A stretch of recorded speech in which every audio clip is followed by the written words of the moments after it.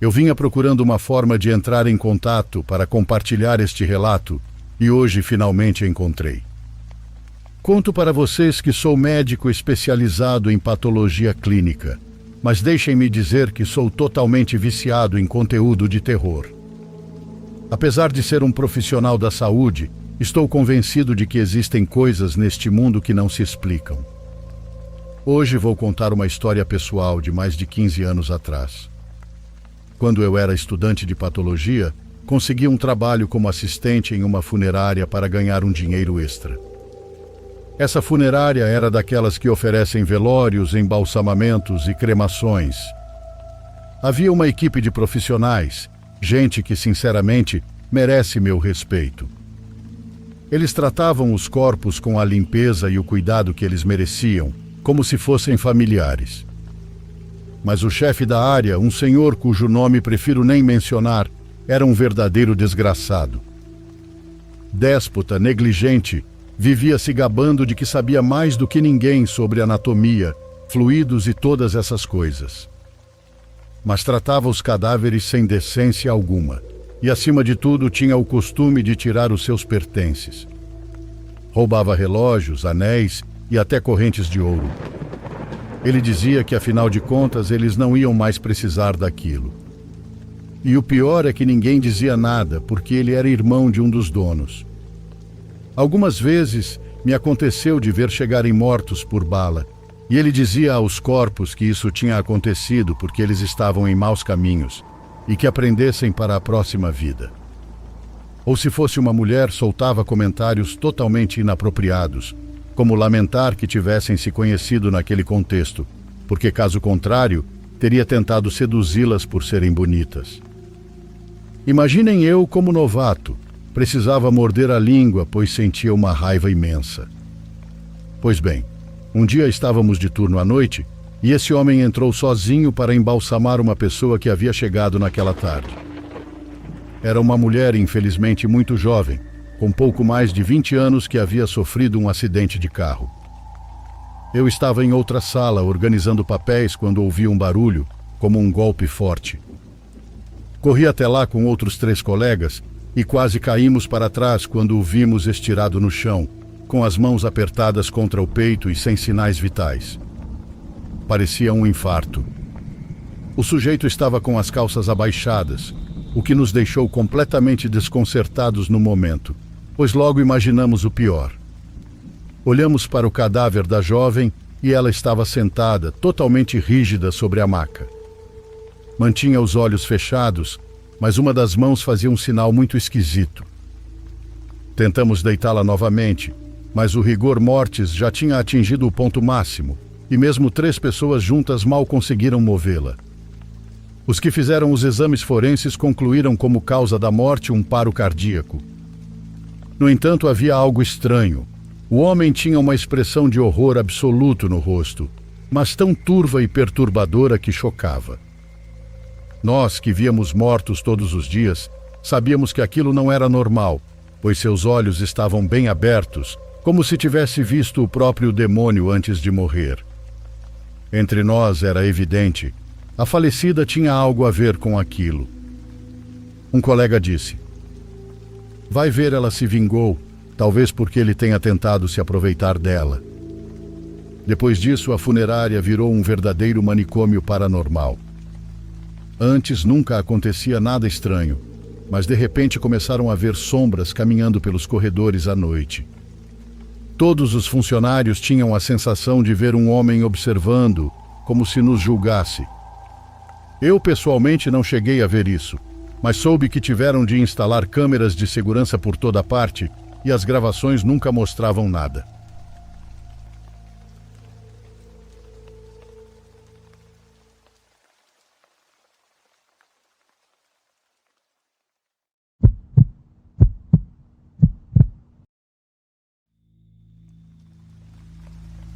Não sei se você vai chegar a ler isso, mas queria compartilhar uma história de quando eu era criança. Veja, eu cresci em um vilarejo nos arredores de Chiapas, lá no sul do México. Morávamos nas últimas casinhas do povoado, bem ao lado das plantações de milho, e à noite todos sabíamos que aconteciam coisas estranhas, embora ninguém fizesse nada a respeito. Falo de coisas como ouvir barulhos ou gritos estranhos, figuras caminhando pelas ruas escuras, até mesmo pequenos incêndios que surgiam sozinhos. Eu sentia um medo horrível, porque vivíamos muito isolados ali. Uma noite minha mãe me mandou comprar trigo na casa de uma senhora que morava pertinho. Fui rápido, comprei, e a mulher me disse com uma voz muito séria: "Tenha cuidado, minha filha, não saia mais essa noite porque o diabo anda solto." Voltei para casa tremendo de medo, e mais tarde não conseguia dormir pensando no que ela tinha me dito. De repente ouvi meu cachorrinho latindo feito louco lá fora, então saí para acalmá-lo, com medo que acordasse minha mãe, que precisava se levantar muito cedo para limpar casas de outras pessoas. O cachorro estava desesperado, como se quisesse que eu o seguisse, e tola que fui, acabei indo atrás dele. Caminhamos alguns metros até quase chegar às plantações de milho, e ali ele parou de latir. Ficou apenas olhando fixamente para os milharais. Eu me escondi atrás de uma árvore e olhei bem. Não estávamos tão longe, e para meu horror, vi uma mulher se transformando em um peru enorme, como de pesadelo. O cachorro latiu forte, e aquela mulher se virou e nos encarou. Percebi que estava no meio de uma transformação, porque apesar de já ter muitas penas, seus braços e pernas ainda eram humanos. Saí apavorada de volta para casa com meu cachorro. Não quis acordar minha mãe, pois ela estava exausta. Na manhã seguinte, meu cachorro havia desaparecido. Ele era fiel. Nunca se afastava de casa. Perguntei pela vizinhança inteira e ninguém o tinha visto. Alguns dias depois, minha mãe me mandou de novo comprar trigo. Fui, mas a senhora estava estranhíssima. Me olhava com cara de raiva enquanto embrulhava tamales. Quando me entregou a sacola, disse com uma voz irritada: "Na outra noite eu te disse para não sair, maldita moleca. E se você tanto sente falta do seu cachorro, aqui está." Fiquei gelada, tremendo, e voltei chorando o caminho todo. Contei para minha mãe, mas ela, morta de cansaço, disse que não queria ouvir bobagens e preferiu fazer o jantar com o que havia na cozinha. Depois disso, nunca mais cheguei perto daquela casa e tentei ignorar os barulhos noturnos. Alguns anos depois, o povoado inteiro ficou em choque quando, de repente, prenderam aquela senhora. Todos a viam como uma santa, porque ela dava tamales, sanduíches e bolos aos mais pobres. Mas, na verdade, ela era a culpada pelo desaparecimento de um rapaz. Ela o tinha transformado em tamales e os ofereceu à família dele como caridade pela tragédia, achando que ninguém perceberia o gosto estranho. O pai do rapaz, que já desconfiava dela, a denunciou com provas e contou que ela era uma bruxa com pactos com o diabo. Ele mesmo a tinha visto se transformar em pássaro uma noite, voltando do trabalho nas plantações. Foi um escândalo enorme. Eu me lembro que até jornalistas da TV foram lá para fazer uma reportagem. Mas era no fim dos anos 90 e nunca consegui encontrar o vídeo em lugar nenhum. Obrigada pelo espaço para contar isso. Só me resta dizer para terem cuidado, principalmente com as pessoas, porque, como aquela mulher me disse, o diabo anda solto. Mas não em forma de demônio, e sim de alguém como qualquer um de nós.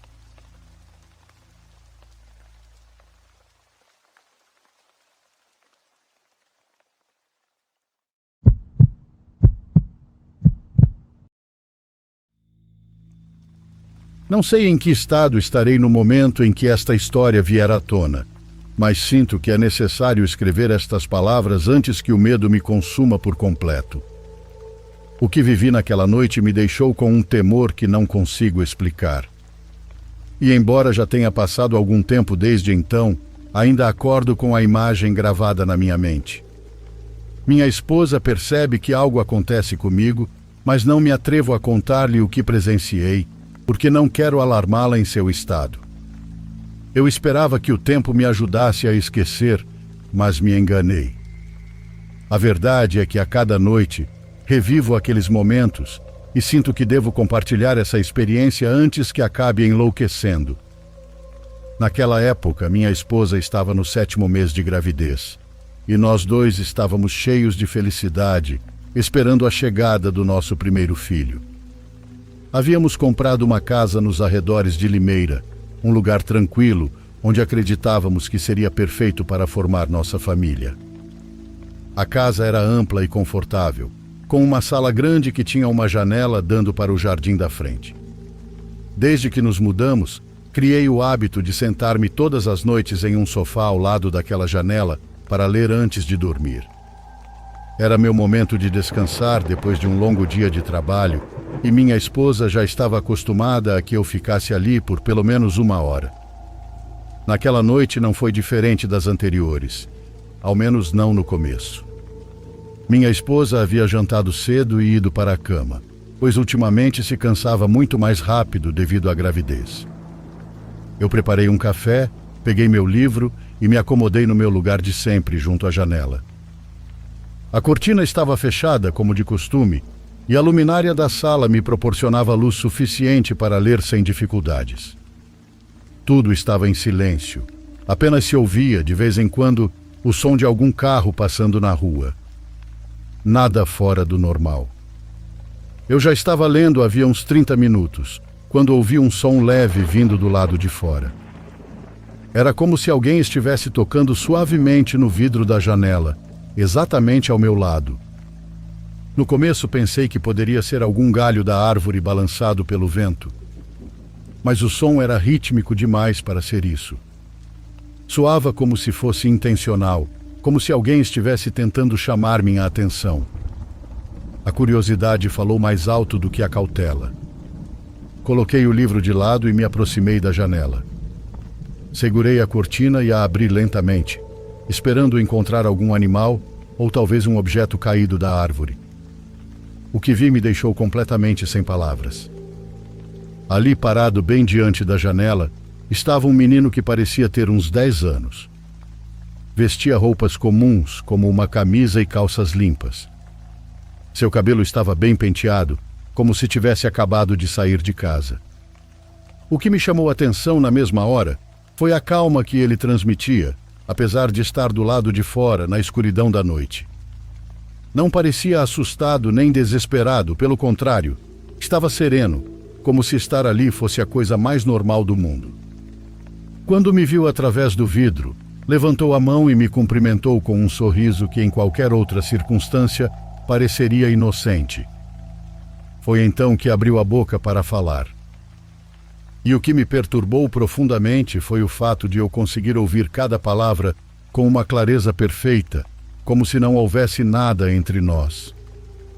Ele me pediu, por favor, que o deixasse entrar, porque não queria passar a noite na rua. Sua voz era suave, como a de qualquer criança pedindo ajuda. Mas havia algo em seu tom que me arrepiou por inteiro.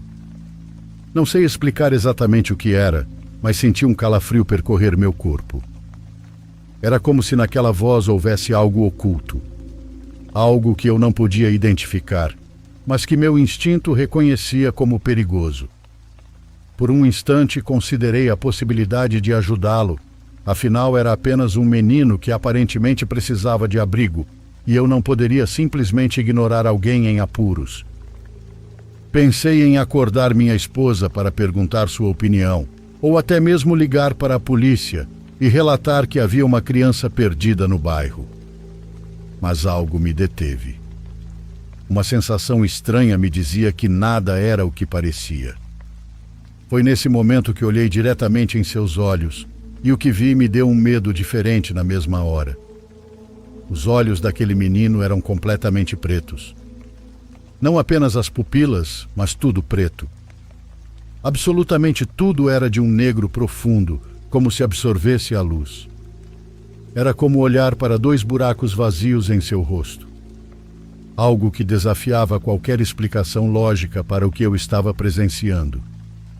Meu coração disparou e senti como se o ar tivesse ficado cheio daquele cheiro de bueiro nos dias de calor. Eu não conseguia desviar o olhar daqueles olhos e, ao mesmo tempo, Queria correr dali o mais rápido possível. O menino deve ter notado minha reação, porque seu sorriso mudou totalmente. Já não parecia inocente, era algo completamente diferente, algo que me encheu de um medo que jamais havia sentido. Então ele voltou a falar, insistindo para que eu o deixasse entrar e garantindo que não me faria nenhum mal. Sua voz continuava a mesma, mas agora era impossível ignorar a estranheza oculta nela.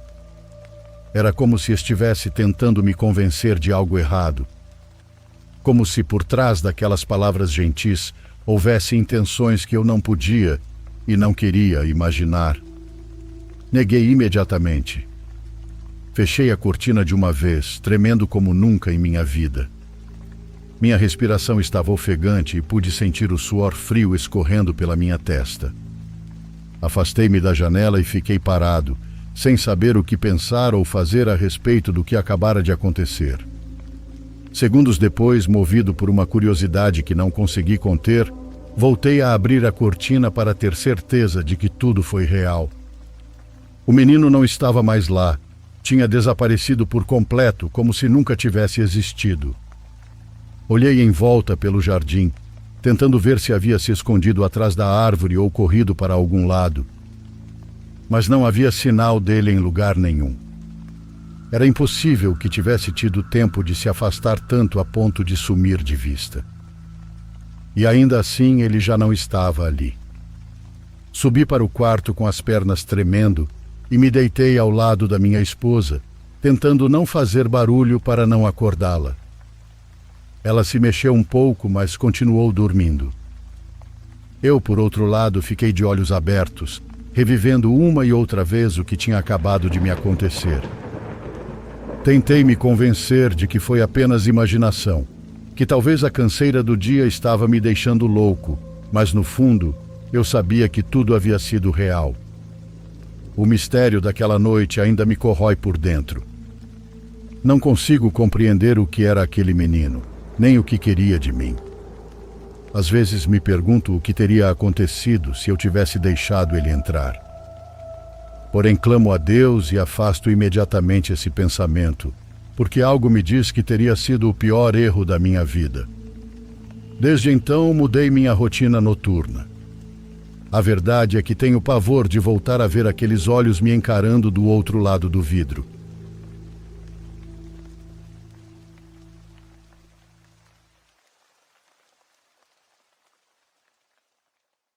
Por favor, curta e se inscreva se você estiver gostando.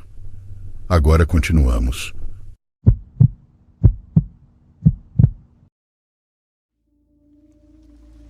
Isso aconteceu em 2019, quando eu tinha 21 anos.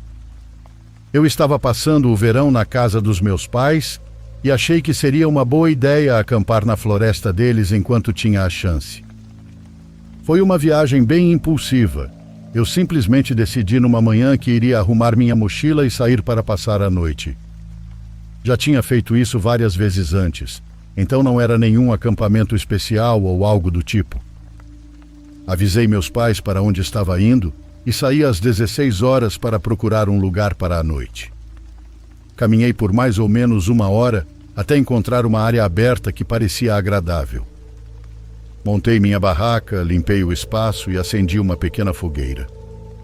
Estava bem aconchegante e o pôr do sol, deixando o céu cada vez mais bonito, tornava tudo ainda melhor. Exatamente o tipo de noite que eu estava esperando. Mas não demorou muito para que fosse interrompida. O sol estava quase passando por cima das copas das árvores quando ouvi uma voz. Uma voz masculina, meio que murmurando ou falando baixo. Parecia até ecoar um pouco, porque era difícil identificar de onde exatamente vinha. Também já estava escuro o suficiente para que as sombras das árvores dificultassem enxergar qualquer coisa. Talvez eu devesse ter mencionado que aquela floresta atrás da casa dos meus pais era bem vasta e praticamente inexplorada. Não havia trilhas por lá, então encontrar alguém por acaso seria realmente uma coincidência enorme. Achei que fosse só alguém passando e que logo iria embora, mas continuei ouvindo a voz por uns 5 minutos. Tempo suficiente para parecer que não estavam apenas andando, mas talvez ficando por perto de propósito. Acabei gritando um oi, só para ver se respondiam. Mas antes mesmo de terminar a palavra, a voz parou. A floresta ficou em silêncio. Isso me deixou bem desconfortável e acabei chamando de novo. Nenhuma resposta. Agora eu estava mais assustado. Com apenas uns 20 minutos de luz natural sobrando, decidi mudar de lugar. Não havia motivo para ficar ali e passar a noite inteira assustado, deixando aquilo estragar minha experiência. Em poucos minutos já estava caminhando novamente pela mata, procurando outro lugar para montar acampamento. Não tive tanta sorte dessa vez. Depois de uns 15 minutos, com a luz se apagando rapidamente, decidi parar e me instalar onde estava, no meio das árvores mesmo. Ainda bem que fiz isso, porque quando terminei de montar o acampamento, já não havia mais luz nenhuma. O sol tinha se posto completamente e a floresta estava silenciosa. Curiosamente, isso me acalmava, porque significava que eu ouviria se aquele homem aparecesse de novo por qualquer motivo. Acendi outra pequena fogueira e fiquei curtindo o calor por um tempo, até pegar minha sacola de lanches e preparar algumas coisas para fazer um hambúrguer. Comer um lanche caseiro me ajudou a esquecer um pouco do que tinha acontecido. Preparei alguns e fiquei ao redor da fogueira por bastante tempo. Pelo menos algumas horas. Já estava bem tarde quando deixei o fogo começar a se apagar. Ainda iluminava um pouco, mas só metade do que antes.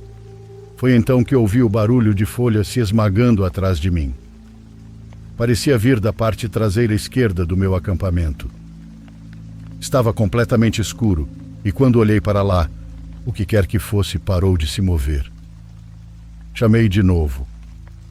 Para ser sincero, não esperava nada, considerando o que aconteceu da última vez. Mas alguns segundos depois, um homem saiu da mata e entrou na área iluminada pela fogueira. Me assustei porque ele apareceu de um lugar diferente de onde eu estava olhando. Foi mal te assustar, ele disse com um sorriso, caminhando casualmente até a fogueira e se sentando ao lado.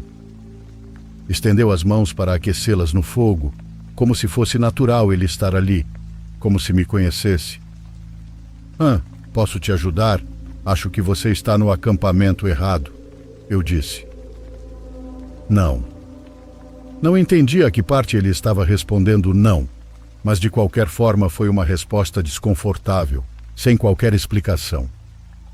Fiquei pensando por alguns segundos no que fazer ou dizer. O silêncio entre nós ficou muito estranho, até que acabei perguntando a primeira coisa que me veio à mente, o que, olhando agora, eu definitivamente não deveria ter feito. Por acaso você foi a pessoa que eu ouvi falando nas árvores, perto do meu outro acampamento mais cedo? O cara continuou olhando para o fogo, mas seu rosto ficou sério de repente. Deve ter sido outra pessoa, respondeu com uma voz fria. Tinha algo muito errado naquela situação, mas eu ainda não sabia como sair dela sem arriscar criar algum problema. Antes que eu pudesse pensar melhor, ouvi um graveto estalando atrás de mim. Olhei e era exatamente do mesmo lugar de onde tinha vindo o barulho de folhas antes. Meu coração afundou. Ele não estava sozinho. Alguém mais estava ali. Virei de novo para o fogo e o homem estava me encarando. Para ser honesto, nem lembro se ele estava sorrindo, bravo ou qualquer outra expressão. Só lembro do olhar intenso, frio e vazio nos olhos dele. Na mesma hora pulei da cadeira e comecei a correr desesperado para dentro da mata. Ouvi um dos homens dizer algo, claramente falando com o outro. E logo depois escutei passos correndo atrás de mim. Mas conforme me aprofundava na escuridão da floresta, consegui despistá-los. Como cresci ali, conhecia relativamente bem o caminho e consegui me guiar até a estrada e voltar para a casa dos meus pais. Resumindo, na manhã seguinte levei uma equipe de policiais até o acampamento. Não havia mais nada lá. Não sei se isso torna as coisas melhores ou piores. Por um lado, poderia significar que eles só estavam tentando me roubar, mas por outro lado, deixa claro que tinham más intenções, já que podiam estar planejando qualquer coisa. Afinal, um deles realmente me perseguiu por um tempo. Não deve surpreender ninguém se eu disser que nunca mais voltei para aquela floresta atrás da casa dos meus pais.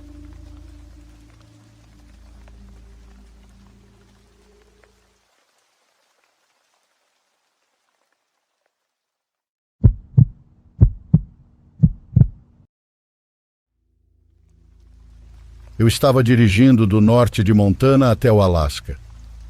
Tinha convertido meu SUV em um veículo para acampar e estava passando 2 meses viajando e acampando nele, e o principal objetivo desses 2 meses era percorrer a rodovia do Alasca. Essa estrada é famosa por um motivo. Ela passa pela porção oeste do Canadá e é muito deserta e difícil. Eu já sabia disso antes, então me preparei o máximo possível para a viagem. O que mais me deixava nervoso era o fato de que, por ter que atravessar o Canadá, eu não podia levar nenhuma arma comigo. Normalmente eu sempre carregava uma escondida sob o banco apenas como forma de me proteger em uma emergência, mas para essa viagem não era possível. Enfim, o primeiro dia correu bem. Consegui dirigir umas 8 horas. Essa parte inicial da estrada era um pouco menos deserta do que o trecho seguinte.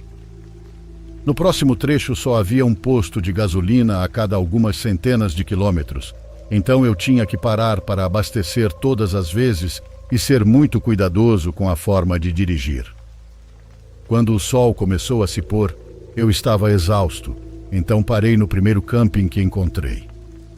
Na estrada havia áreas de descanso de vez em quando, mas também havia muitas trilhas com terrenos de camping vazios no meio do mato. Esses eram os que eu preferia. Como já estava tarde, não vi muito do local onde parei. Parecia apenas uma floresta ao meu redor, e não havia mais ninguém lá. Coloquei as cortinas nas janelas, fui para o banco de trás e dormi até de manhã. Tudo parecia ótimo. Dormi bem e não acordei nenhuma vez durante a noite. Antes de pegar a estrada novamente, quis me alongar e fazer uma caminhada. Assim que saí do carro, vi uma trilha e decidi segui-la. Não era muito longa. Acho que andei uns 5 minutos antes de chegar a outro acampamento, mas algo ali parecia estranho. O lugar estava mal cuidado e bagunçado. Claramente alguém tinha estado lá recentemente e parecia ter saído com pressa. Metade das coisas estava faltando e a outra metade estava rasgada e espalhada pelo local. Depois de uns 30 segundos ali, resolvi voltar. Não sabia se alguém ainda estava por perto, mas confiei no meu instinto e fui de volta para o carro. Quando cheguei, havia agora uma caminhonete estacionada bem ao lado do meu carro. Era uma picape preta com vidros escuros. Não tinha ninguém do lado de fora. Então presumi que estavam lá dentro me observando enquanto eu me aproximava e entrava no carro. Com o acampamento estranho e aquela caminhonete surgindo do nada no meio de uma estrada tão isolada, não pensei 2 vezes e fui embora imediatamente. Não precisava nem confirmar se havia realmente algum problema. Sair dali rapidamente era a decisão óbvia. Dirigi por 3 ou 4 horas direto até chegar ao próximo posto de gasolina. Esse posto parecia bem antigo e tinha apenas uma bomba dupla. Não havia mais ninguém. Desci e comecei a abastecer. A vista ali era incrível. Havia montanhas por todos os lados, então não me importei de esperar a bomba lenta encher o tanque. Porém, depois de alguns minutos, vi uma caminhonete vindo pela estrada. Quando se aproximou, quase tive certeza de que era a mesma picape preta que tinha visto no acampamento. Meu estômago revirou quando ela entrou no posto e parou do outro lado da bomba.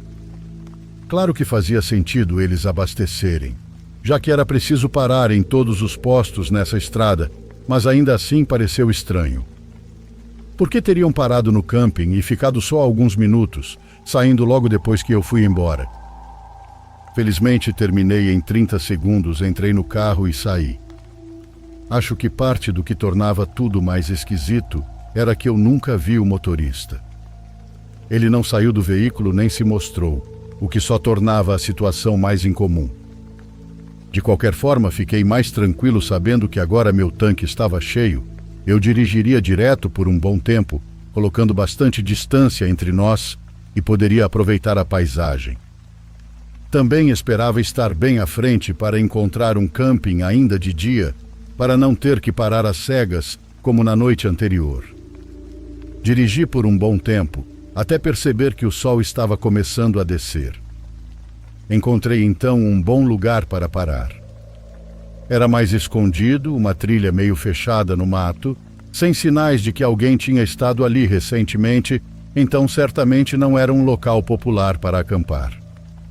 Senti-me muito mais seguro ali do que antes.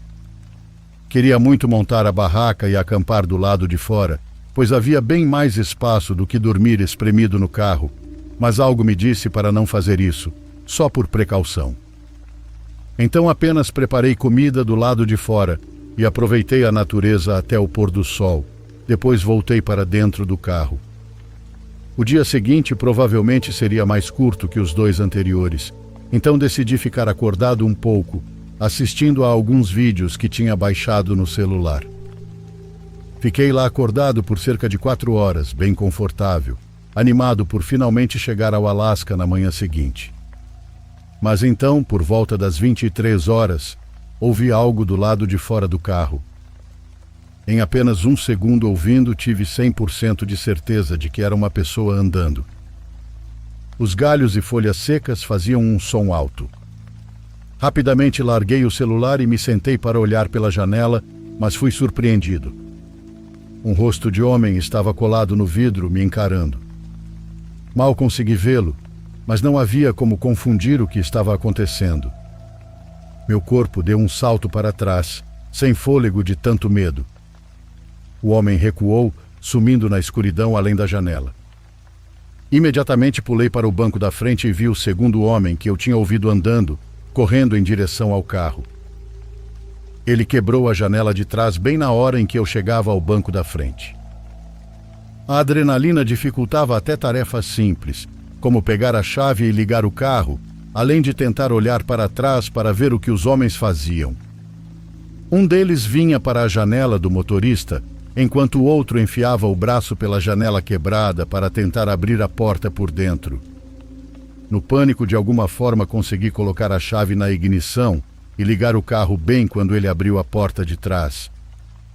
Pisei fundo no acelerador. Ao sair, passei pela mesma picape preta estacionada fora da trilha, meio escondida no mato. Eles tinham me seguido até ali. Dirigi por uns 2 quilômetros. Parei para fechar a porta de trás que ainda estava aberta e ligar para a polícia com o pouco de sinal que tinha. Obviamente, no meio do nada, demorou muito e os homens provavelmente já tinham ido embora. Nunca consegui pegar a placa do carro nem ver o rosto deles. Estava escuro demais. Era um caso perdido. Apesar da experiência horrível, ainda consegui chegar ao Alasca e aproveitar o restante da viagem depois de consertar o vidro. O que aqueles 2 homens pretendiam fazer, arrombando um carro no meio da floresta à noite, sabendo que eu estava dentro, fica só na especulação. Prefiro nem pensar no assunto.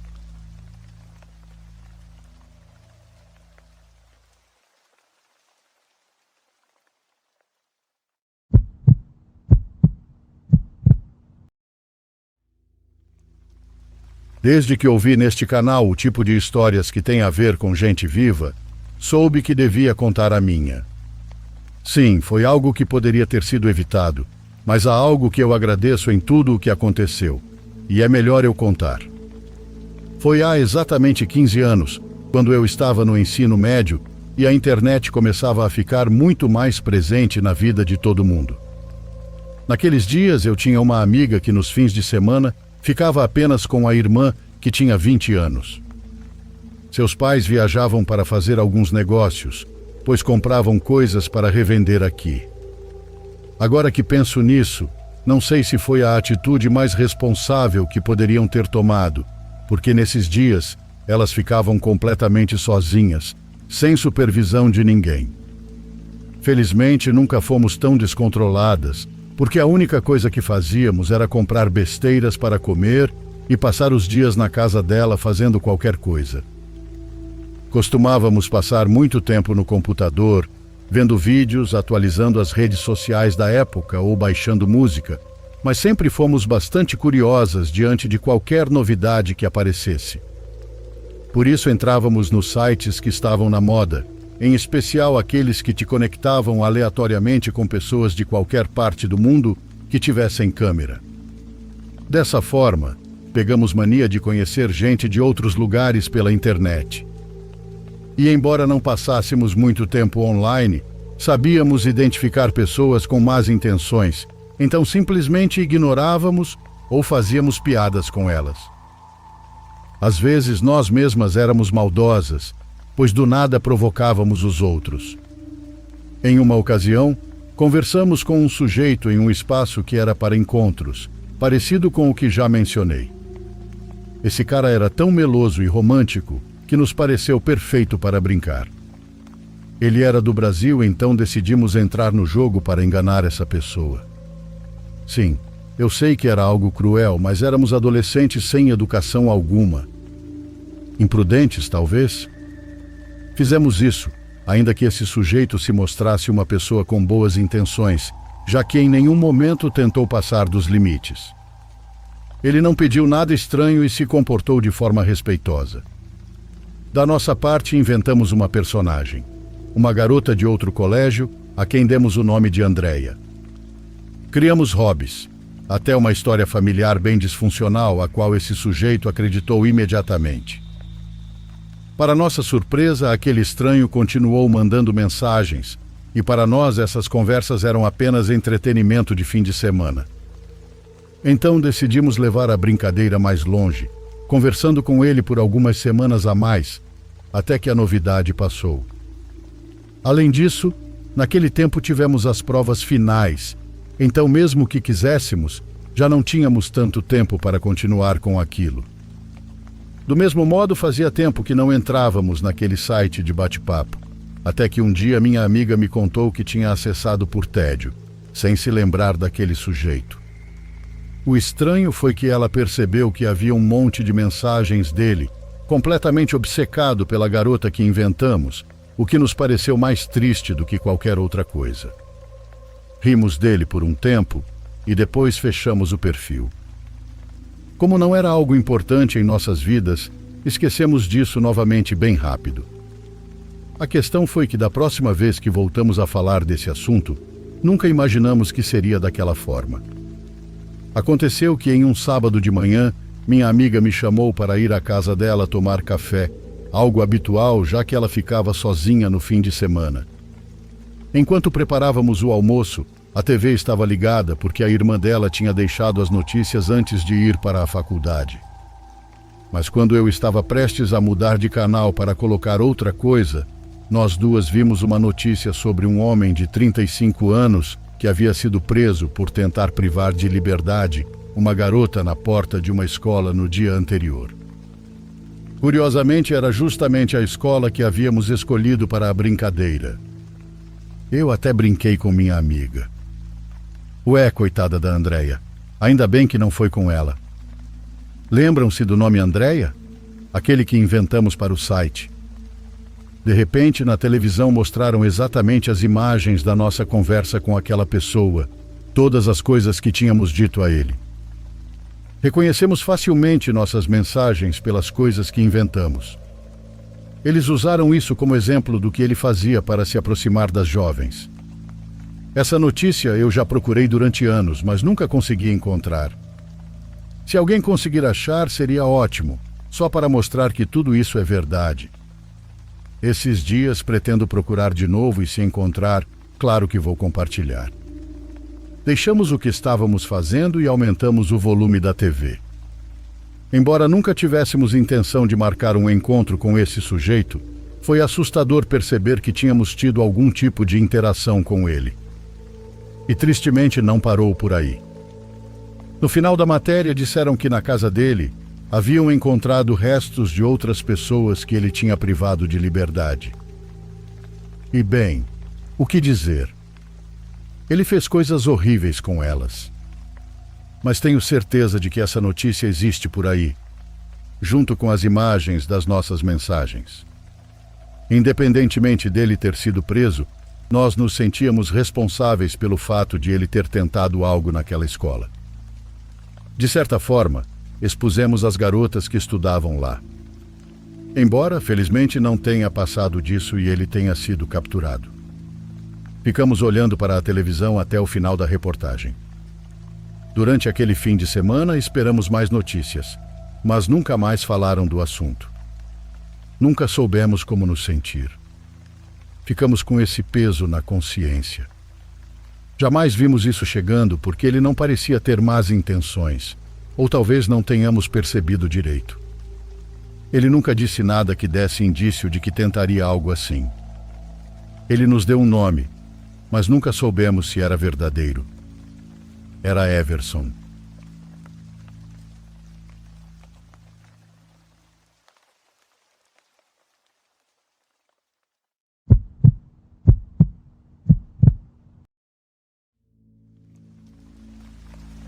Exatamente 6 meses antes da pandemia começar, eu tinha o hábito de ir a bazares. Esse bazar era em um prédio pequeno, de 2 andares, com muitos quartos, numa área chamada Colônia de Doutores. Entre todas as coisas que vi naquele dia, comprei várias roupas, maquiagem, alguns itens ainda com etiqueta e, se não me engano, algumas blusas de segunda mão, mas bem conservadas. No fundo daquele bazar, uma moça tinha uma mesa cheia de coisas interessantes e bem variadas. O que mais me chamou a atenção foi um cartaz que dizia que se você gastasse mais de R$20, ganhava uma bolsinha surpresa com algo aleatório. Nessa manhã comprei um batom novo e algumas pulseiras, passando dos R$20. A moça pegou uma bolsinha transparente de tecido e me disse que era um brinde. Ela me contou que sua família tinha desocupado a casa da avó dela meses antes, pois a senhora havia falecido, mencionando que não queria que as coisas da avó fossem jogadas fora, então estava tentando dar um segundo uso aos itens mais bonitos.